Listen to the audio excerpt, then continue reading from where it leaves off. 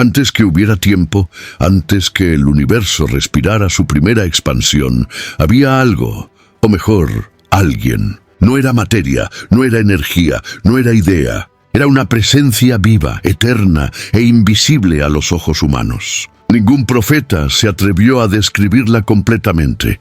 Ningún filósofo logró alcanzarla en palabras. Esa presencia estaba allí, en el principio de todo, antes de que se formara la primera partícula de polvo cósmico.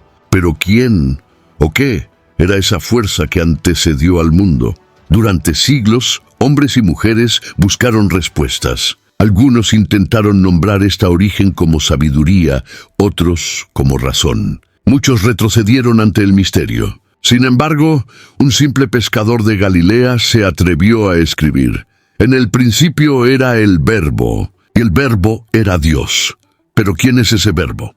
¿Cómo puede ser Dios y al mismo tiempo estar con Dios? ¿Qué tipo de existencia es esa que habita fuera del tiempo y luego camina entre los hombres? La historia detrás de estas palabras lleva más que teología. Lleva una revelación que redefinió la eternidad y dividió a la humanidad. Lo que Juan vio, oyó y tocó no era una teoría.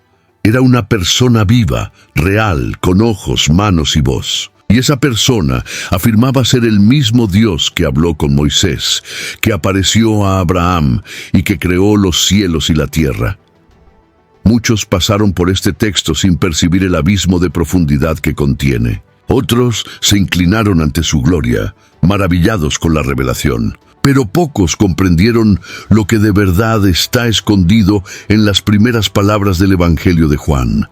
¿Qué significa realmente decir que el Verbo era Dios? Hay gente que pasa toda la vida detrás de respuestas, pero ignora la única palabra que siempre existió antes de todas las preguntas. Si descubrir verdades como esta hace que tu corazón se acelere, como si hubieses encontrado un tesoro antiguo, entonces este canal ya es tu lugar. Inscríbete ahora y ven a caminar lado a lado con las Escrituras como nunca las has visto antes. Hay una fuerza inmensa en las primeras palabras del Evangelio de Juan.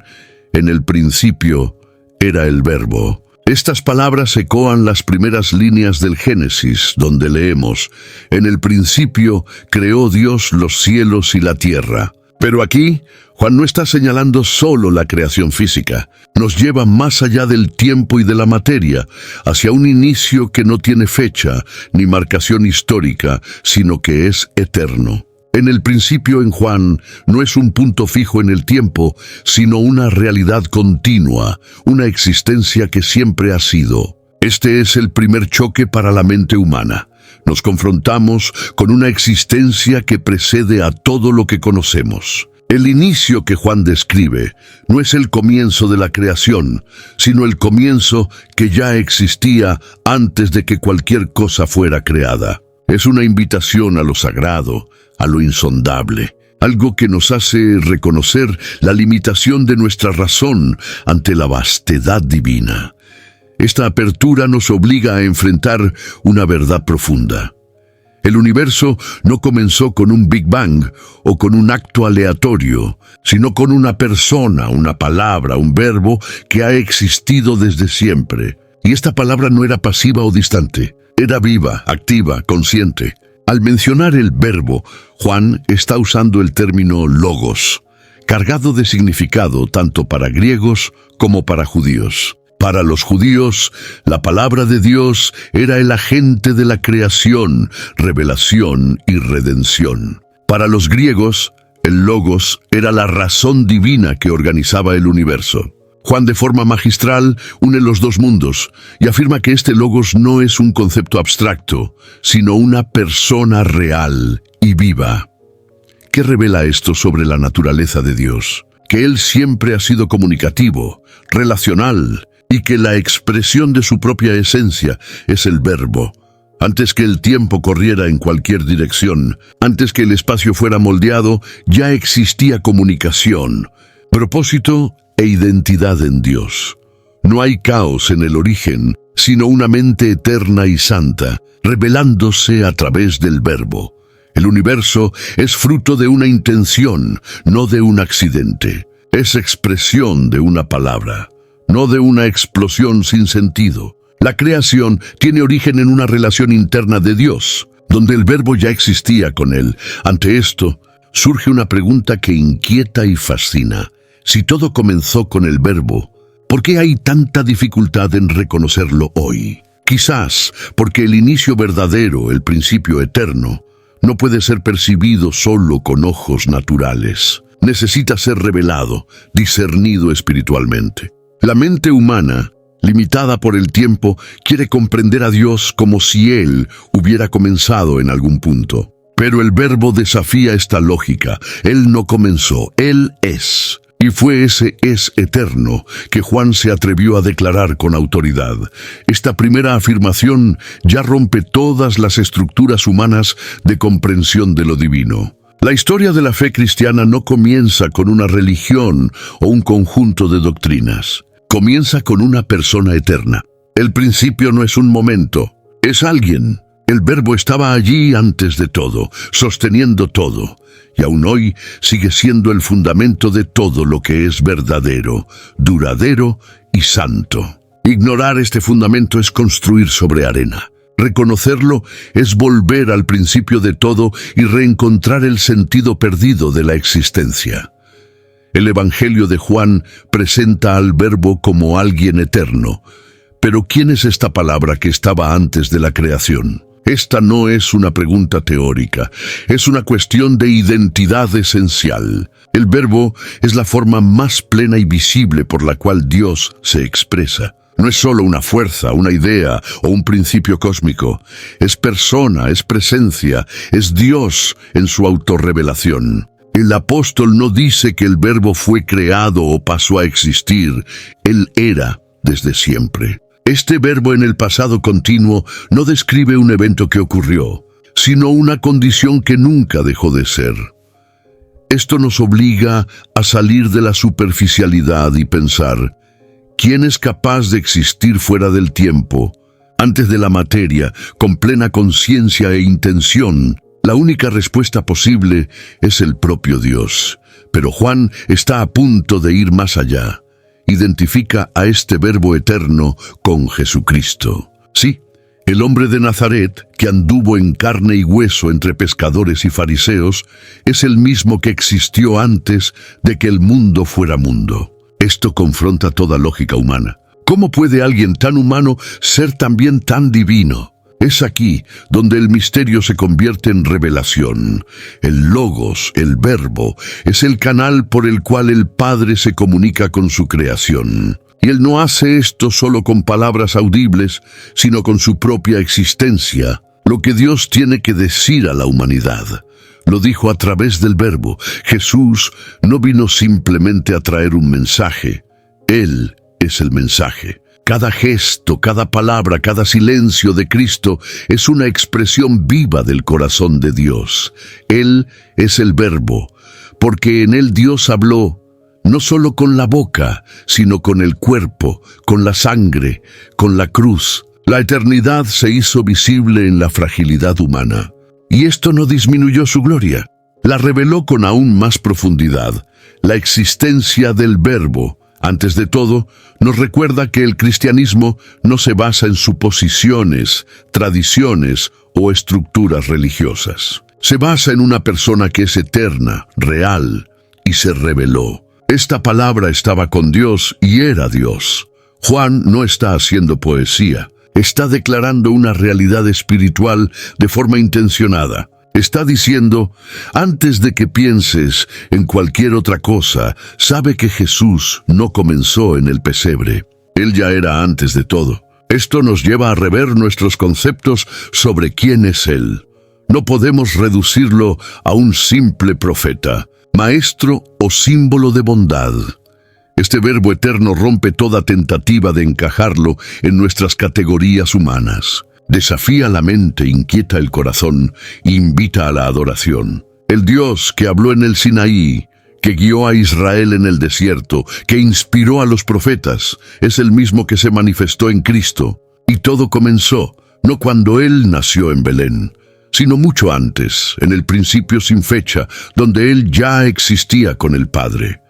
Él es la palabra que precede a todo y sostiene a todo. Ignorar esto es reducir el Evangelio a una narrativa moral. Comprender esto es entrar en el corazón del misterio de Dios.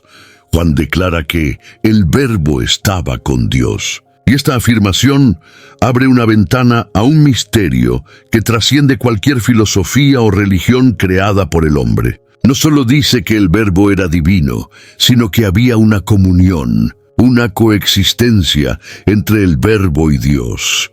Estamos ante algo que sobrepasa la comprensión humana. Dos personas distintas compartiendo la misma esencia. El Verbo no era un reflejo, ni una creación, ni una energía proveniente de Dios. Estaba con Dios, cara a cara, en eterna comunión. La preposición con lleva aquí un peso relacional profundo, indicando una intimidad que existe desde toda la eternidad. Esta afirmación nos acerca al concepto de Trinidad, aunque el término en sí no aparezca en el texto. Juan está describiendo una relación viva, personal y eterna entre el Padre y el Hijo. Y esta unidad no es estática, es dinámica. Desde siempre Dios se comunica, ama, se entrega. No es un ser aislado en el silencio del cosmos, sino un Dios relacional cuya esencia es el amor. Esta relación entre el Verbo y Dios es la fuente de toda la vida, de todo el amor y de toda la comunión verdadera. Antes de que el hombre existiera, ya había relación en Dios. Esto nos ayuda a entender por qué fuimos creados con sed de comunión. Fuimos formados a imagen de un Dios que vive eternamente en relación. La profundidad de esta comunión eterna entre el Verbo y Dios también confronta cualquier visión superficial sobre la fe cristiana. La fe no se basa en reglas, sino en una relación que ya existía antes de la fundación del mundo. Y esta relación ahora se extiende a nosotros, no como espectadores, sino como participantes. El mismo Verbo que estaba con Dios vino al mundo para incluirnos en esta comunión. Esto lo cambia todo. El Evangelio no es una escalera que el hombre sube para alcanzar a Dios, sino un puente que el propio Dios construyó para alcanzar al hombre. Juan nos está mostrando que el misterio de Dios no es frío ni distante. Es cálido, relacional, lleno de amor. El Verbo estaba con Dios y ahora está con nosotros. Lo que antes estaba reservado a la eternidad fue revelado en el tiempo. Y esto nos recuerda que no fuimos creados para la soledad espiritual. Fuimos hechos para la comunión con aquel que vive en comunión desde siempre. Esta unidad indescifrable no es solo un concepto teológico, es una invitación personal. Esta presencia eterna y relacional del Verbo junto al Padre es lo que fundamenta toda nuestra esperanza. No estamos tratando con un Dios que comenzó a amar en la creación o que comenzó a relacionarse con el hombre por necesidad. El amor ya existía en Dios porque el Verbo estaba con Él. Y ahora, por medio de Cristo, ese amor nos alcanza. Antes de continuar, cuéntame una cosa. Al escuchar que el Verbo estaba con Dios, ¿qué despierta en ti? ¿Distancia? ¿Intimidad? ¿O misterio? Escribe aquí en los comentarios. Quiero saber cómo esta verdad resuena en tu corazón y en tu fe. Juan no deja espacio para dudas o interpretaciones neutras. Después de afirmar que el Verbo estaba con Dios, nos confronta con una de las declaraciones más audaces de toda la Escritura. Y el Verbo era Dios. Esta frase es el corazón del Evangelio. No dice que el Verbo era un Dios o que era como Dios. No hay suavización. El texto afirma de forma directa y definitiva que el Verbo era Dios.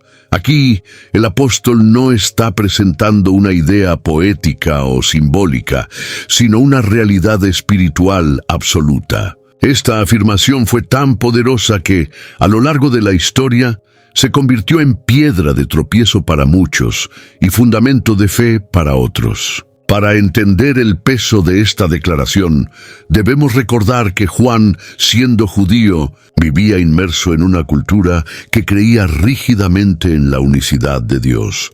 La frase, escucha, oh Israel, el Señor nuestro Dios es el único Señor. registrada en Deuteronomio capítulo 6, versículo 4, era repetida diariamente por los fieles. Por lo tanto, afirmar que Jesús, identificado como el Verbo, era Dios, era una ruptura radical de paradigmas religiosos. Pero Juan no duda. Revela el misterio de que hay pluralidad en la unidad divina. No son dioses distintos, sino una única esencia compartida por personas diferentes. Esta revelación no anula el monoteísmo, sino que lo profundiza de manera inimaginable. La divinidad del Verbo no es algo secundario. Es el eje central de la fe cristiana. Negar que el Verbo es Dios es destruir la base del Evangelio. Porque si Jesús no es plenamente Dios, entonces su muerte en la cruz no tiene valor eterno, sus palabras no tienen autoridad final, y su resurrección no tiene poder salvador. Es precisamente porque Él es Dios que su vida tiene valor infinito. Y es por eso que, cuando el Verbo se hizo carne, no fue un representante divino quien vino al mundo, sino el propio Dios, personalmente, entrando en nuestra realidad. Esta verdad es tan profunda que transforma completamente la manera en que miramos la historia de la salvación. El Dios eterno no envió a un ángel ni creó un ser especial para salvarnos. Él mismo vino, no delegó. Él descendió, se hizo cercano, tocable, visible. Y esto no disminuyó su gloria, sino que reveló su humildad. La afirmación, el Verbo era Dios, es el puente entre la eternidad y la humanidad.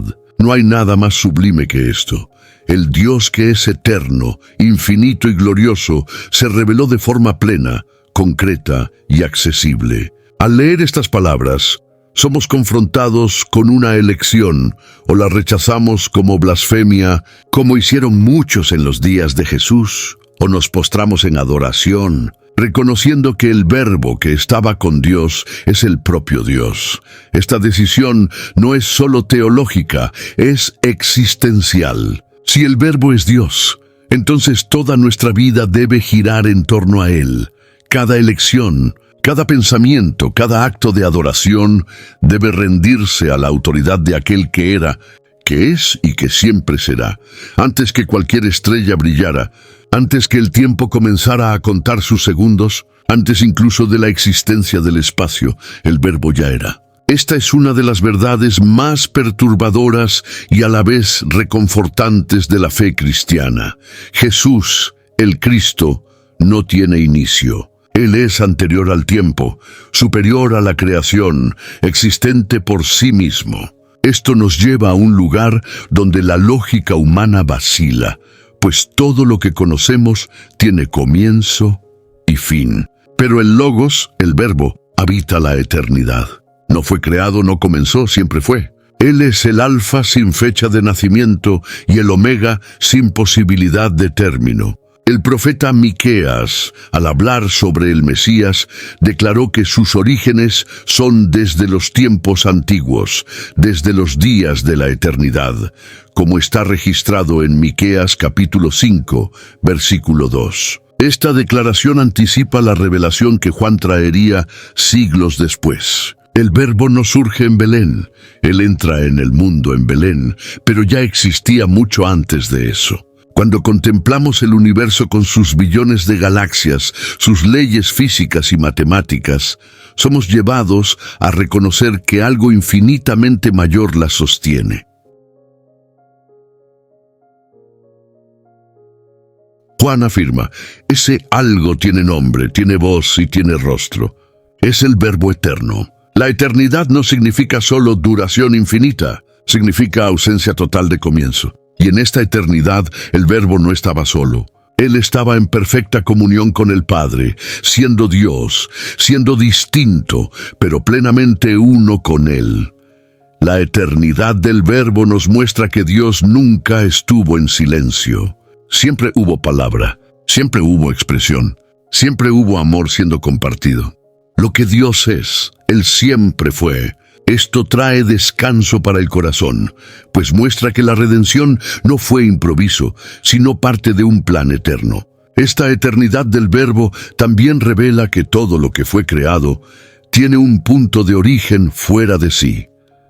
Nada existe por acaso, Nada existe por sí mismo. Todo existe por causa del Verbo. Toda creación, visible e invisible, salió de su voluntad, de su palabra, de su poder. Esto nos invita a la reverencia. El mundo no es producto del caos, sino fruto de una mente eterna. Y más que eso, esta mente eterna decidió revelarse, no solo como creador, sino como salvador. El Verbo eterno descendió hasta nosotros. La realidad de que el Verbo siempre existió debe cambiar la manera en que nos relacionamos con el tiempo. Estamos tan atrapados en el presente, tan ansiosos por el futuro, tan aferrados al pasado, que olvidamos que hay un Dios que trasciende todas estas dimensiones. El Verbo eterno nos invita a vivir con los pies en la tierra, pero con los ojos en la eternidad. Él es el inicio de todo, y también es el fin hacia donde todo camina. Y saber que Él nos ama, incluso siendo eterno, da sentido a nuestro breve soplo de vida. La revelación avanza, y Juan declara que todas las cosas fueron hechas por Él, y sin Él nada de lo que fue hecho se hizo. Esta es una afirmación que transforma la manera en que vemos el universo, la existencia y la propia historia humana. El Verbo eterno no solo existía antes de la creación, Él es el agente directo por medio del cual todo fue creado. La creación no fue un acto solitario del Padre, sino una acción en plena cooperación con el Verbo. La palabra creadora que en Génesis trajo luz, cielos, tierra y vida es el propio Cristo. Este poder creador del Verbo no se limita al inicio de los tiempos. La carta a los Hebreos afirma que el Hijo, siendo el resplandor de la gloria de Dios y la expresión exacta de su ser, sostiene todas las cosas por la palabra de su poder. Como leemos en Hebreos capítulo 1, versículo 3, esto quiere decir que el universo no solo fue creado por el Verbo, continúa existiendo por causa de Él. Cada molécula, cada átomo, cada latido de corazón solo ocurre porque el Verbo sostiene todo con su autoridad. Es una acción continua, constante y viva. Cuando entendemos que el Verbo es el Creador, esto cambia nuestra visión sobre todo lo que nos rodea. La naturaleza no es solo bella, es una firma del Verbo. Las leyes del universo no son aleatorias, son reflejo de su orden. La vida no es un accidente, es un regalo dado por Él. No hay espacio para una fe desconectada de la creación. Honrar el Verbo es también reconocer su mano en cada detalle de la realidad. El mismo Verbo que hizo brillar la luz, también hizo latir el corazón humano. Somos creación de Él, sostenidos por Él y convidados a vivir para Él. Pero hay un aspecto aún más profundo.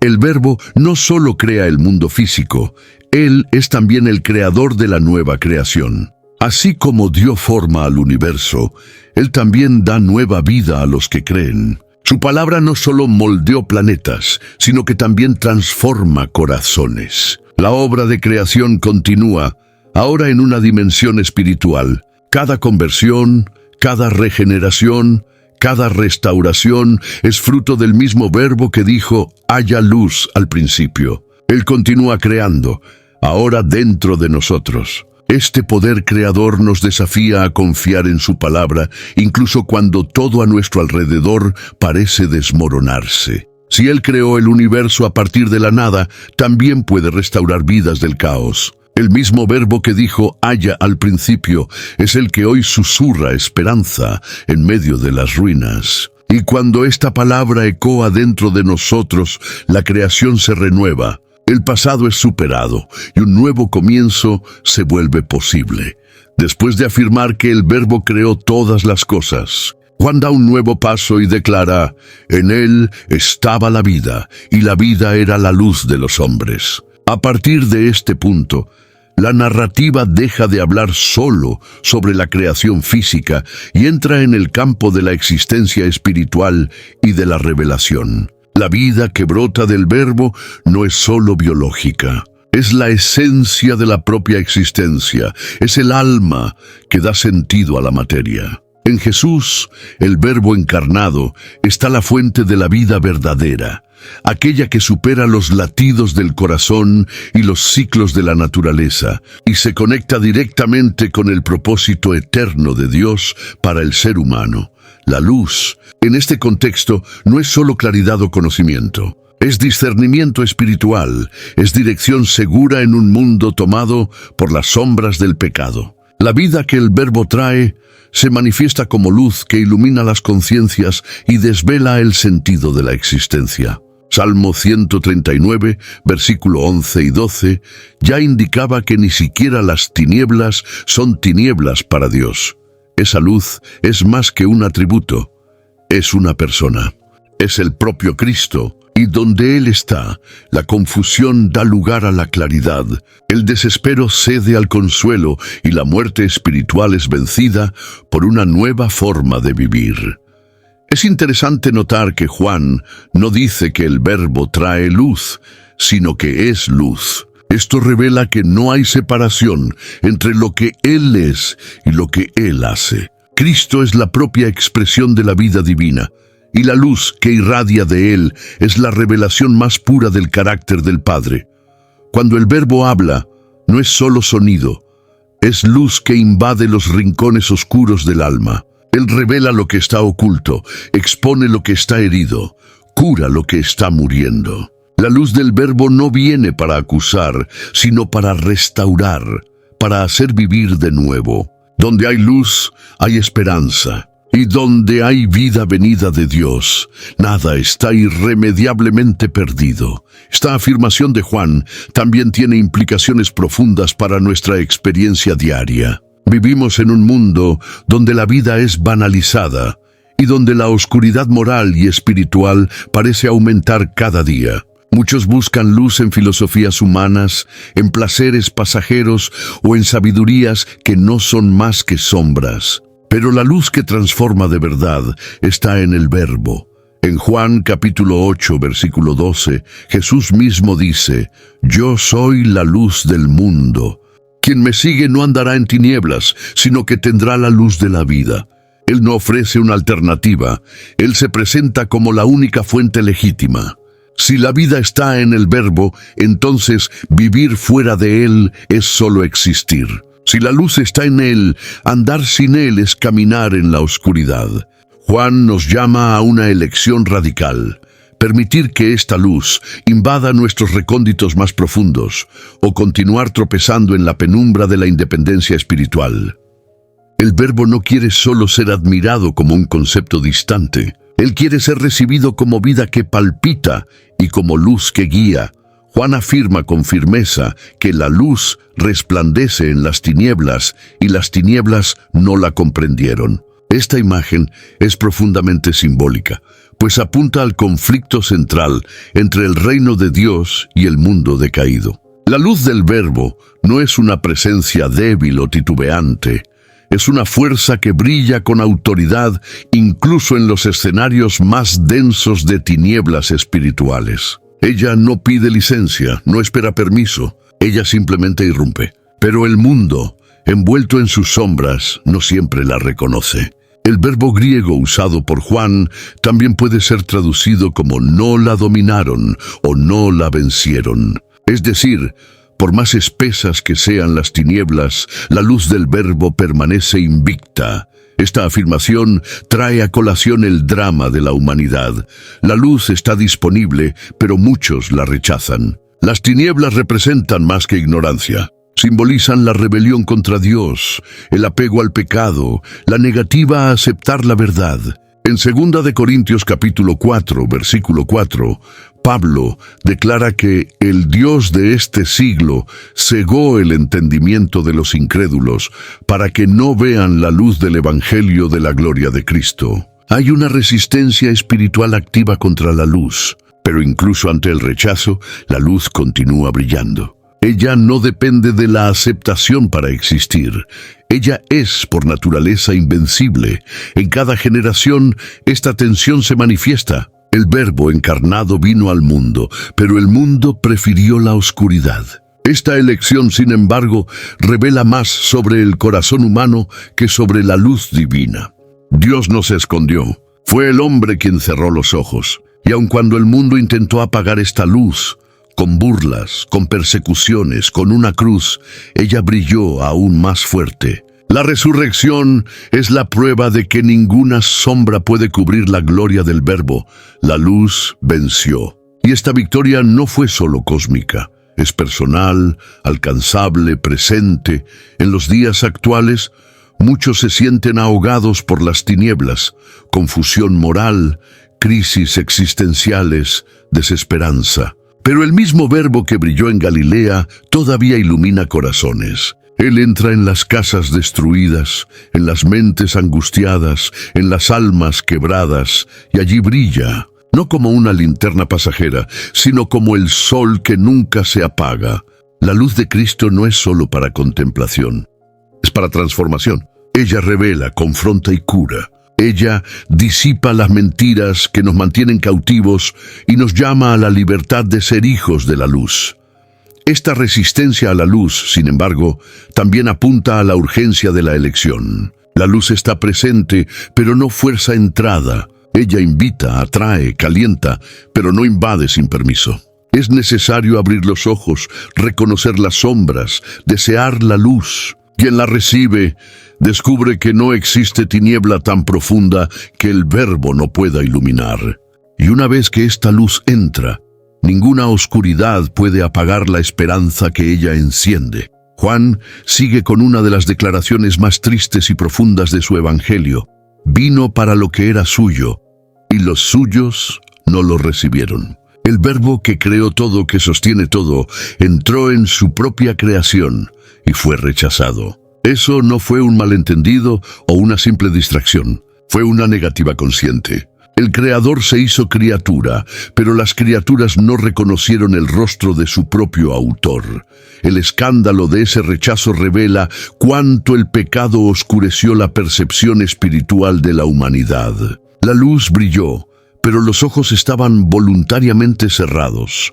Lo más impactante es que este rechazo no vino de pueblos lejanos, sino de los suyos, los que fueron preparados durante siglos para reconocer al Mesías. La nación de Israel, que había recibido a los profetas, las promesas, la ley, el culto y los pactos, falló en identificar al Verbo cuando Él se hizo carne. En Romanos capítulo 9, versículos 4 y 5, Pablo lamenta esta realidad, recordando que de ellos descienden los patriarcas y de ellos vino Cristo, según la carne. Pero no toda preparación religiosa es garantía de reconocimiento espiritual. El corazón puede estar lleno de rituales y vacío de discernimiento. El rechazo del Verbo, sin embargo, no se limitó a esa generación. Continúa presente en todos los tiempos. Cada vez que alguien escucha la verdad y la desprecia, cada vez que el corazón se endurece ante el llamado divino, el Verbo es nuevamente rechazado. Y esto muestra que el mayor obstáculo a la revelación de Dios no es la ignorancia, sino la arrogancia. El orgullo humano quiere un Dios moldeado a su imagen, no un Dios que desafíe su autonomía. El Verbo, siendo luz, expone demasiado. Y muchos prefieren la sombra cómoda de la ilusión a la claridad desconcertante de la verdad. Pero incluso ante el rechazo, el Verbo no se retiró. Continuó caminando entre los hombres, sanando, enseñando, amando. Su presencia fue un acto continuo de gracia. Y hasta el día de hoy, Él sigue acercándose a los corazones que lo rechazan con paciencia y misericordia. En Apocalipsis capítulo 3, versículo 20, Él declara: «He aquí que estoy a la puerta y llamo». El Verbo no se rinde, no retrocede ante el rechazo. Persiste esperando que incluso aquellos que inicialmente lo rechazaron abran espacio para recibirlo. Este rechazo, por lo tanto, no es el fin de la historia. Es el telón de fondo sobre el cual la gracia brilla aún más intensamente. Pues poco después de decir que muchos no lo recibieron, Juan proclama que a todos los que lo recibieron les dio el poder de ser hechos hijos de Dios. Donde hay rechazo, también hay oportunidad. El Verbo, aún hoy, continúa siendo rechazado por muchos. Pero para los que lo reconocen, Él se convierte no solo en Salvador, sino en Padre, amigo, vida y luz.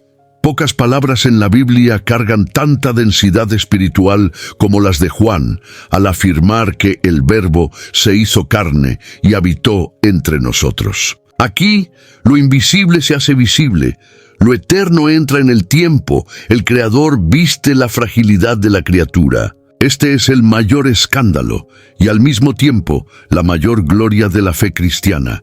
Dios se hizo hombre, no envió un sustituto, ni se manifestó como una ilusión o proyección. Realmente se encarnó. Aquel que llena los cielos y sostiene galaxias, vino a habitar entre los hombres con hambre, sed, sueño y lágrimas. La santidad eterna se hizo palpable. Anduvo entre el polvo de la tierra, tocó leprosos y lloró ante la muerte de amigos. Esta encarnación es una respuesta divina a un dilema humano. ¿Cómo un Dios infinito puede relacionarse con seres finitos? ¿Cómo el santo puede acercarse a los pecadores sin consumirlos a todos? La respuesta no fue un puente de rituales o una escalera de méritos. La respuesta fue la venida del propio Dios, reducido voluntariamente a nuestra condición, para levantarnos a la suya. Filipenses capítulo 2, versículos 7 y 8, afirma que Cristo se despojó a sí mismo tomando la forma de siervo, y siendo hallado en la forma de hombre, se humilló a sí mismo. Esta humillación no fue pérdida, fue entrega. Fue el mayor gesto de amor jamás realizado. Pero la frase «el Verbo se hizo carne» lleva también un peso cultural. Para muchos de la época de Juan, la carne era sinónimo de debilidad, de impureza, de corrupción. La idea de que Dios pudiera unirse a la carne era para los griegos una aberración. E incluso entre los judíos, la posibilidad de que el Eterno se hiciera humano era casi inadmisible. Pero es precisamente ahí donde el Evangelio brilla con singularidad. Dios no tuvo miedo de nuestra condición. No la evitó, la asumió. No para hacerse como nosotros en el pecado, sino para transformarnos según su santidad. Cuando Juan dice que Él habitaba entre nosotros, el término usado remite a la idea de armar la tienda o tabernacular. Esto conecta directamente a Jesús con el tabernáculo del Antiguo Testamento, el lugar de la presencia de Dios entre el pueblo. Ahora el Verbo es el tabernáculo vivo. La gloria que antes era temida y velada detrás de cortinas, ahora caminaba por las calles de Jerusalén. La nube de la presencia divina tomó forma humana. El Santo de los Santos salió del templo para alcanzar al pecador en el camino. Esto cambia toda la perspectiva de la vida con Dios. Ya no está lejos, inaccesible. Está aquí, con nosotros. Ante esto, la única respuesta posible es reverencia. No solo por el poder de la encarnación, sino por la intención detrás de ella. El Verbo se hizo carne para que algún día pudiéramos ser revestidos de la gloria que perdimos. Aquel que asumió nuestra humanidad hizo esto para que pudiéramos compartir de su divinidad. La encarnación no fue el fin de Dios, sino el comienzo de nuestra restauración. Juan no habla de la encarnación como una teoría o doctrina abstracta. Él habla como alguien que vio, tocó, oyó y vimos su gloria, como la gloria del unigénito del Padre. Este testimonio ocular da peso a la narrativa. Juan no está describiendo un mito o filosofía, está relatando una experiencia. La gloria del Verbo no fue una luz brillante sobre una montaña solamente. Se reveló en actitudes, palabras, silencio y sangre. Esta gloria no era arrogante sino humilde. No se imponía con fuerza, sino que conquistaba con compasión. Era diferente a todo lo que el mundo conocía como gloria. En el Antiguo Testamento la gloria de Dios era algo temido. En Éxodo capítulo 33, versículo 20, Dios dice a Moisés: «No podrás ver mi rostro, porque ningún hombre verá mi rostro y vivirá». Pero en Cristo, la gloria se hizo visible, no para matar, sino para vivificar. Lo que Moisés solo pudo ver por la espalda, Juan vio de frente. Lo que antes estaba escondido tras velos y mediado por sacrificios, ahora caminaba libremente entre pescadores y publicanos. La gloria de Dios fue revelada en carne humana. No era una manifestación pasajera, sino una presencia continua. Esta gloria era como la del unigénito del Padre. Esto significa que era singular, exclusiva, inconfundible. No era solo una unción o un poder. Era la propia naturaleza del Padre revelada en el Hijo. Cada milagro, cada palabra de sabiduría, cada acto de misericordia era una ventana abierta al corazón de Dios.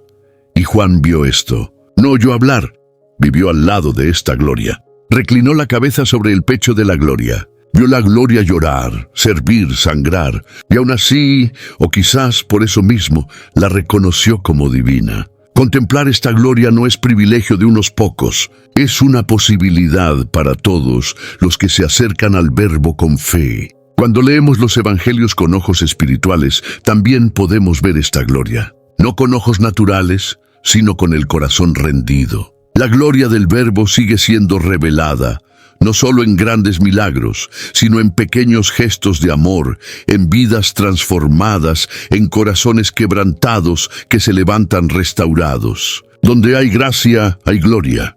Donde hay verdad, hay gloria. Donde hay Cristo, está la presencia visible del Dios invisible. Juan no termina con un relato frío. Termina con una invitación velada. Nosotros vimos. ¿Y tú? ¿Has contemplado esta gloria? Porque esta gloria aún está entre nosotros, no más en forma física, sino a través del Espíritu que revela al Hijo, y quien ve esta gloria jamás será el mismo. No solo impresiona, transforma. Al describir el Verbo encarnado, Juan elige dos palabras que llevan el corazón del carácter de Dios, lleno de gracia y de verdad. Estas no son cualidades aisladas, sino una fusión perfecta. Gracia sin verdad se convierte en permisividad. Verdad sin gracia se convierte en condenación. Pero en Cristo ambas habitan en perfecta armonía. Él es absolutamente justo y profundamente misericordioso. No ignora el pecado, pero tampoco destruye al pecador. Corrige con firmeza y abraza con ternura. Esta combinación es lo que hace al Verbo tan diferente de cualquier otro líder religioso o figura espiritual. Esta expresión, lleno de gracia y de verdad, ecoa la revelación de Dios a Moisés en Éxodo capítulo 34, versículo 6, cuando el Señor se presenta como compasivo y clemente, tardío en iras y grande en misericordia y fidelidad. Juan está diciendo, todo aquello que fue revelado en el Sinaí ahora se encarna en Jesús. Lo que era promesa, ahora es persona. Lo que era sombra, ahora tiene rostro.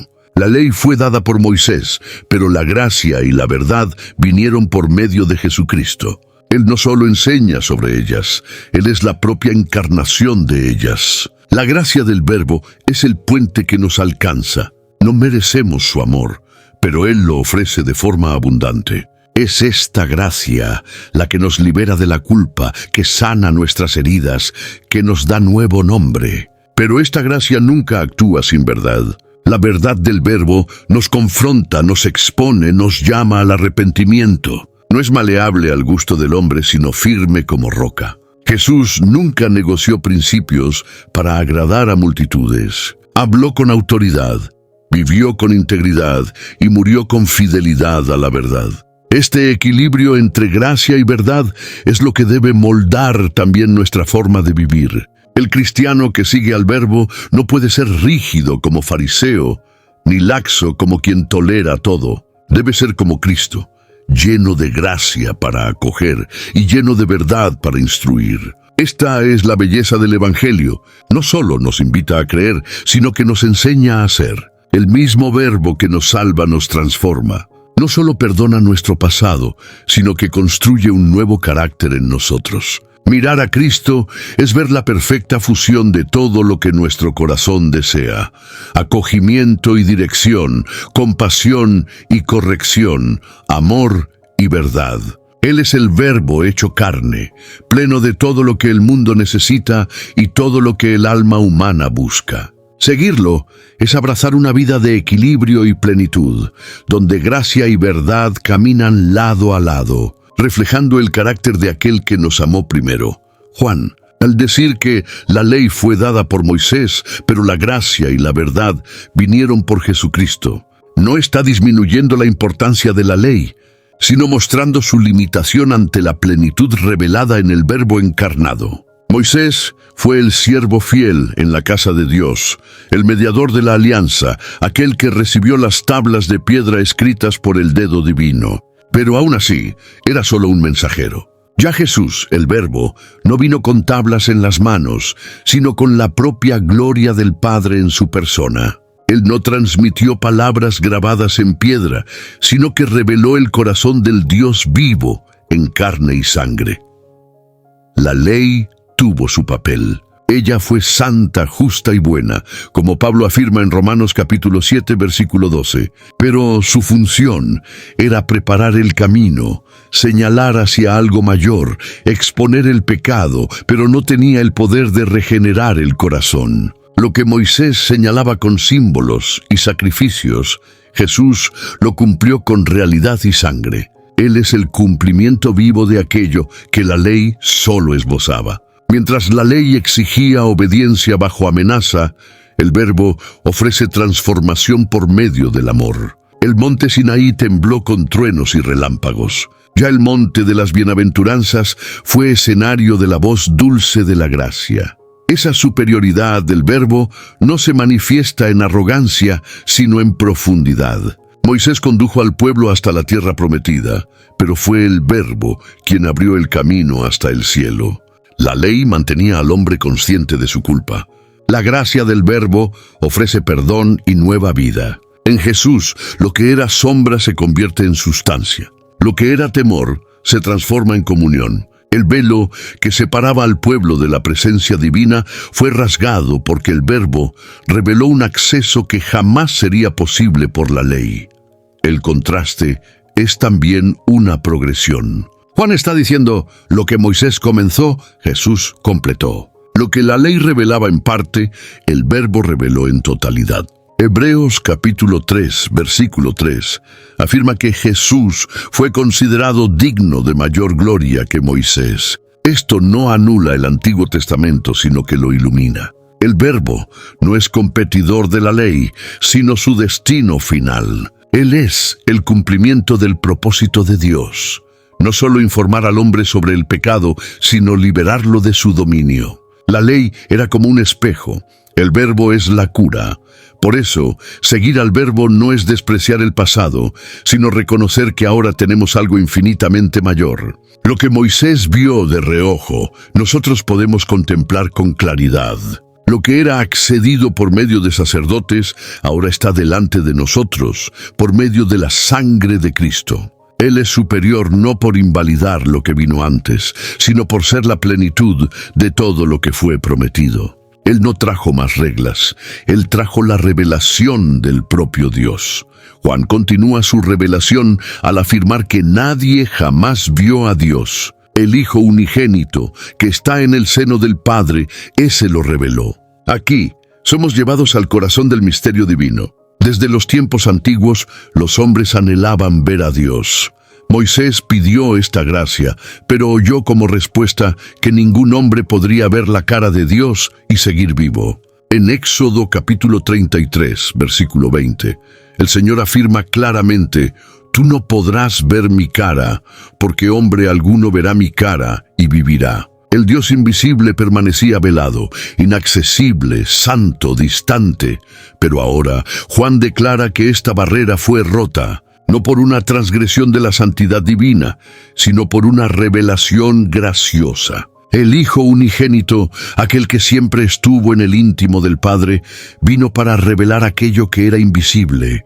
No estamos más a ciegas. No necesitamos basarnos en conjeturas, en filosofías humanas o en sombras del pasado. En Jesús vemos al Padre, no como una copia imperfecta, sino como la expresión exacta de su ser. Hebreos capítulo 1, versículo 3 confirma, Él es el resplandor de la gloria y la expresión exacta de su ser. Esta revelación es un divisor de aguas en la historia de la fe.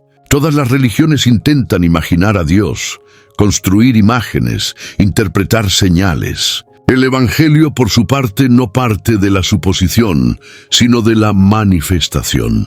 No se trata más de buscar a Dios en misterios inalcanzables, sino de mirar a Cristo. Quien ve al Hijo, ve al Padre.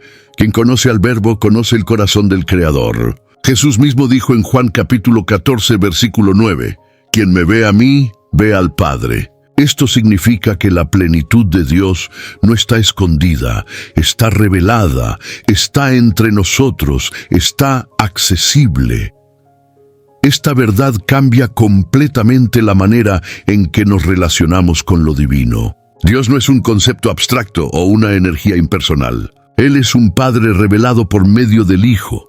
Él tiene voz, tiene rostro, tiene compasión. El Dios que nadie podía ver, ahora camina a nuestro lado, nos llama por nuestro nombre y se preocupa por nuestros dolores. Esto rompe todas las barreras religiosas. No necesitamos subir montes o atravesar desiertos para encontrarlo. Él ya vino hasta nosotros. Él ya se reveló. El Verbo es la clave que abre la puerta de la revelación eterna. Quien desea conocer a Dios de verdad no necesita buscar en lugares lejanos. Solo necesita mirar al Hijo. La revelación no es una idea, es una persona. Y esta persona continúa revelándose por medio de su palabra, de su presencia, de su acción transformadora. Lo que era imposible en el Antiguo Testamento, ver a Dios, ahora se ha vuelto posible por medio de Cristo. Él no solo habló sobre el Padre, Él mostró al Padre. Él es la imagen visible del Dios invisible.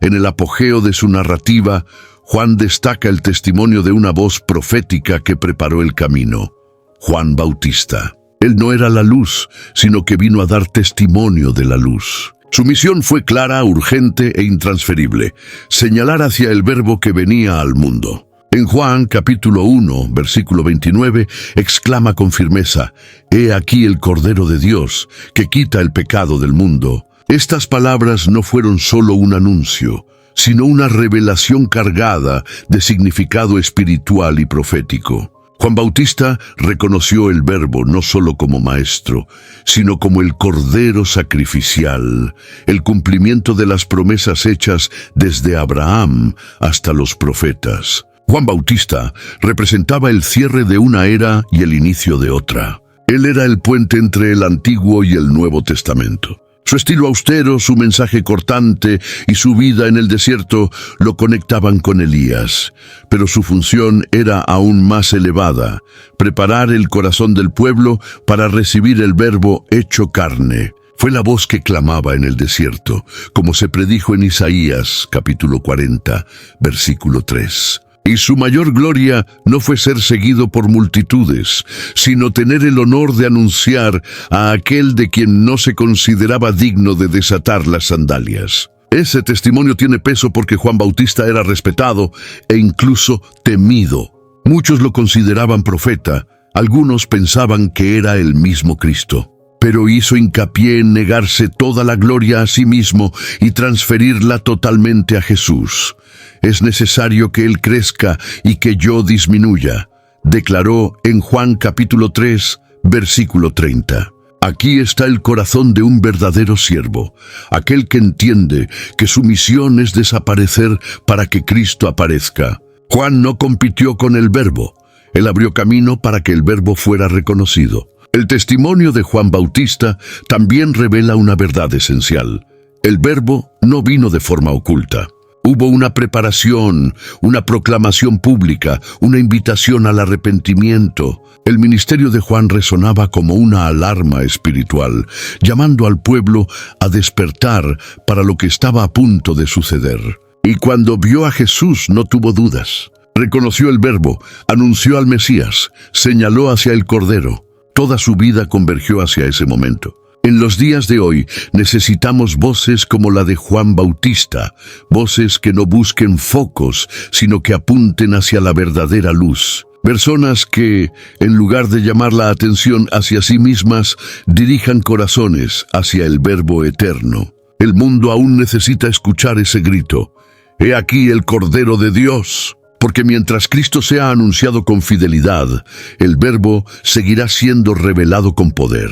al declarar: «He aquí el Cordero de Dios, que quita el pecado del mundo».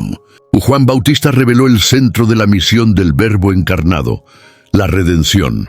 Jesús no vino solo para enseñar, sanar o confrontar sistemas religiosos.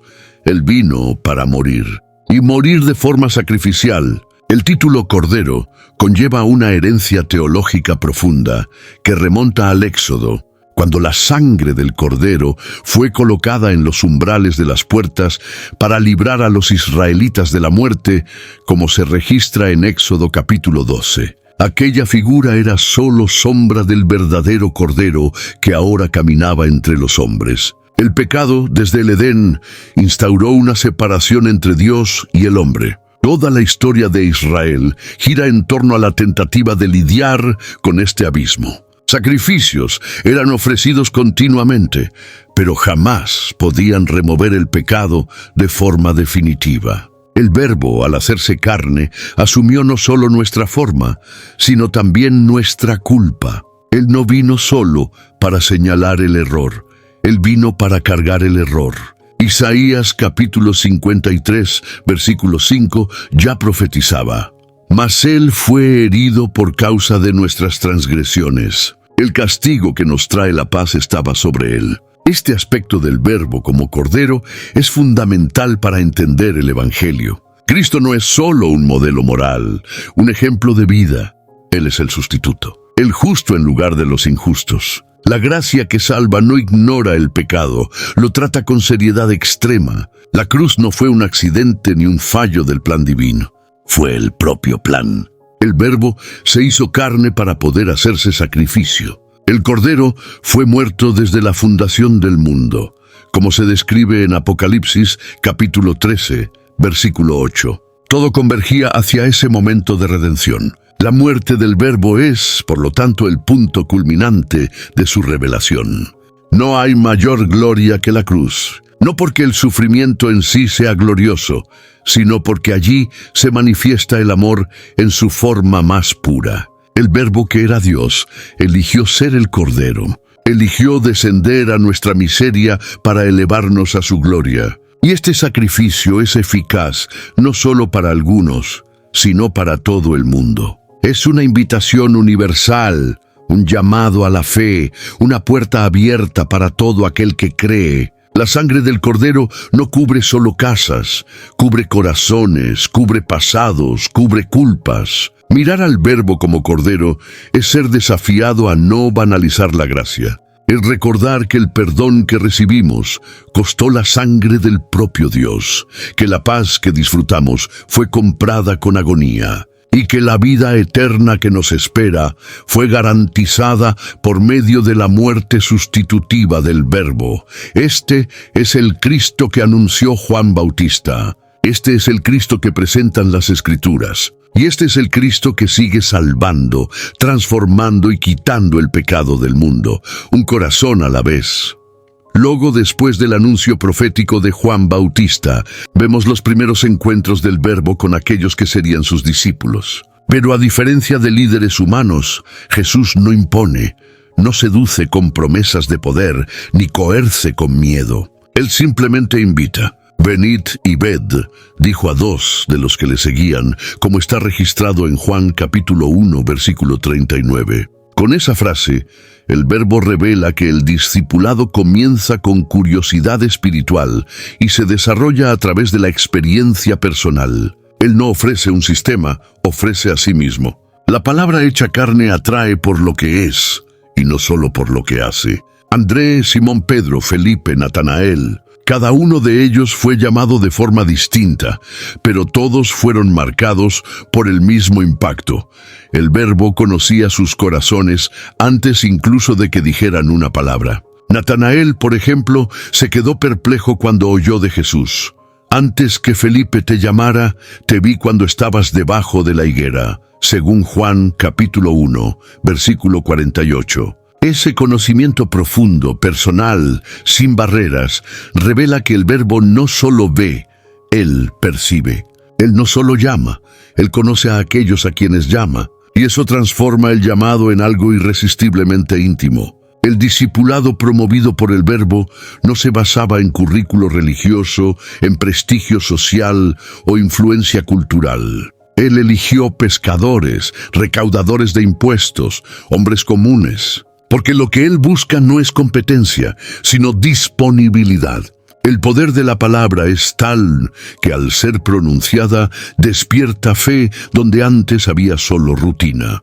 Lo que antes era mar, red y pez, ahora se convertía en camino, cruz y misión. El Verbo no llama solo para estar con Él, llama para vivir por Él.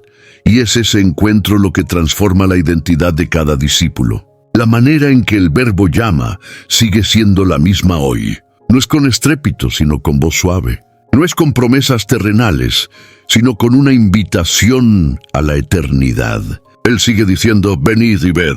Quien se acerca con sed encuentra fuente. Quien se acerca con duda encuentra respuesta. Pero sobre todo, quien se acerca encuentra una presencia viva. El Verbo no es solo escuchado, es vivido. El discipulado no es solo un aprendizaje intelectual, es un viaje de comunión con la propia palabra viva de Dios. Seguir al Verbo es, por tanto, más que obedecer mandamientos. Es caminar con alguien que nos ama, nos conoce y nos transforma. Cada discípulo que respondió al llamado no solo vio milagros, se convirtió en parte de la historia que el Verbo sigue escribiendo.